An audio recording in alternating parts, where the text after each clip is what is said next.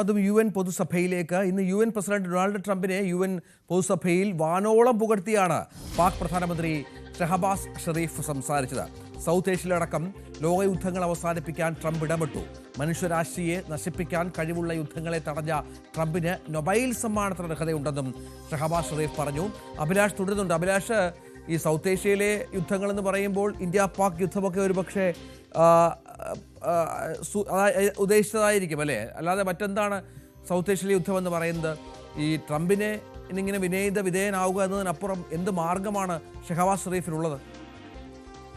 Ranjith, Donald ട്രംപിനെ വളരെയധികം പ്രശംസിച്ചുകൊണ്ടും പുകഴ്ത്തിക്കൊണ്ടും അത് ട്രംപിന് നോബൽ സമ്മാനത്തിന് അർഹതയുണ്ട്, അതിന് പാകിസ്ഥാൻ ട്രംപിനെ നോമിനേറ്റ് ചെയ്യുന്നു അടക്കമുള്ള വലിയ പുകഴ്ത്തലുകളാണ് UN പൊതുസഭയിൽ നിന്ന് പാകിസ്ഥാൻ പ്രധാനമന്ത്രി ഷഹബാസ് ഷെരീഫ് നടത്തിയിരിക്കുന്നത്. ഇതിൽ ഏറ്റവും പ്രധാനപ്പെട്ട കാര്യം, ലോകത്തെ പ്രധാന യുദ്ധങ്ങൾ, അതിൽ സൗത്ത് ഏഷ്യയിലെ അടക്കം യുദ്ധങ്ങൾ അവസാനിപ്പിക്കാൻ ഡൊണാൾഡ് ട്രംപ് ഇടപെട്ടു എന്നാണ് പറയുന്നത്. ഇതിലൊരു പ്രധാനപ്പെട്ട കാര്യം, സൗത്ത് ഏഷ്യയിലെ യുദ്ധം എന്ന് പറയുന്നത് ഇന്ത്യയും പാകിസ്ഥാനും തമ്മിലുള്ള യുദ്ധം തന്നെയാണ്. അത് പേരെടുത്ത് പറഞ്ഞില്ലെങ്കിലും അത് തന്നെയാണ് ഉദ്ദേശിക്കുന്നത്. അതിൽ ഏറ്റവും പ്രധാനപ്പെട്ട കാര്യം, ഇപ്പോൾ ഷഹബാസ് ഷെരീഫ് ഇത്തരത്തിൽ UN പൊതുസഭയിൽ ഇങ്ങനെ പറഞ്ഞു, അതായത് ട്രംപ് ഇടപെട്ടിട്ടുണ്ടെന്ന്. എന്നാൽ കുറച്ച് ദിവസങ്ങൾക്ക് മുമ്പാണ് അവരുടെ വിദേശകാര്യ മന്ത്രിയായിട്ടുള്ള മുഹമ്മദ് ഇഷാഖ് ദർ അൽ ജസീറയ്ക്ക് കൊടുത്തൊരു ഇന്റർവ്യൂ, നമ്മൾ ആ വാർത്ത റിപ്പോർട്ട് ചെയ്തിരുന്നു. അതിൽ പറയുന്നത് ഇന്ത്യയും പാകിസ്ഥാനുമായിട്ടുള്ള അന്നത്തെ സംഘർഷത്തിൽ ഇടപെടാനായിട്ട് Marco Rubio, US vice president, US state secretary Marco Rubio പാകിസ്ഥാനോട് ചോദിച്ചെങ്കിലും അന്ന് ഇന്ത്യ പറഞ്ഞത് ഇത്തരത്തിൽ ഒരു മൂന്നാമതൊരാൾ ഇടപെടാൻ ഇന്ത്യക്ക് താല്പര്യമില്ല, അത്തരത്തിൽ മൂന്നാമതൊരാളുടെ ഇടപെടൽ ആവശ്യമില്ല, രണ്ട് രാജ്യങ്ങൾ ഉഭയകക്ഷി ബന്ധമാണ്, രണ്ട് രാജ്യങ്ങൾ തമ്മിൽ അത് തീർക്കും എന്നായിരുന്നു ഇന്ത്യയുടെ നിലപാട്. അതുകൊണ്ട് തന്നെ അന്ന് അമേരിക്കയുടെ ഇടപെടൽ സാധ്യമായിട്ടില്ലെന്നാണ് പാകിസ്ഥാൻ വിദേശകാര്യമന്ത്രി ഇഷാഖ് ദർ അൽ ജസീറയ്ക്ക് നൽകിയ ഇന്റർവ്യൂവിൽ പറയുന്നത്. എന്നാൽ അതിന് നേരെ ഘടകവിരുദ്ധമായിട്ടാണ് ഇന്ന് പാക് പ്രധാനമന്ത്രി UN-ൽ ഇത്തരത്തിലൊരു കാര്യം പറയുന്നത്.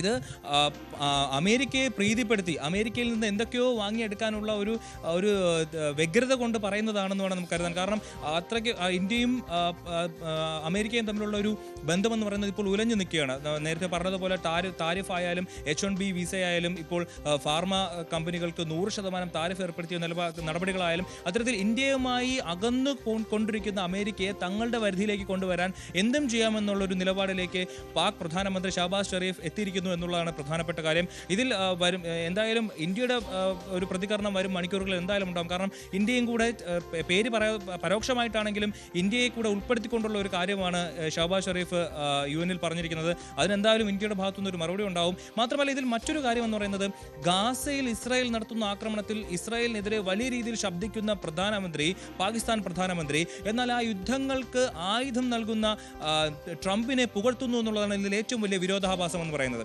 അതായത് തങ്ങൾ ഏറ്റവും കൂടുതൽ സപ്പോർട്ട് ചെയ്യുന്ന ഗാസയെ ആക്രമിക്കാൻ ആയുധങ്ങൾ കൊടുക്കുന്ന ആളെ ഇന്ന് UN പൊതുസഭയിൽ പാകിസ്ഥാൻ പ്രധാനമന്ത്രി പുകഴ്ത്തിയിരിക്കുന്നു എന്നുള്ളതാണ് നമ്മൾ ശ്രദ്ധിക്കേണ്ട കാര്യം. അതായത് തങ്ങളുടെ ആവശ്യങ്ങൾ നേടാൻ എന്തും ചെയ്യും, എന്തും പറയുമെന്നുള്ള രീതിയിലേക്ക് പാകിസ്ഥാൻ മാറിയിരിക്കുന്നു എന്നുള്ള കാരണം തീർച്ചയായും അതാണ് പ്രധാനപ്പെട്ട കാര്യം.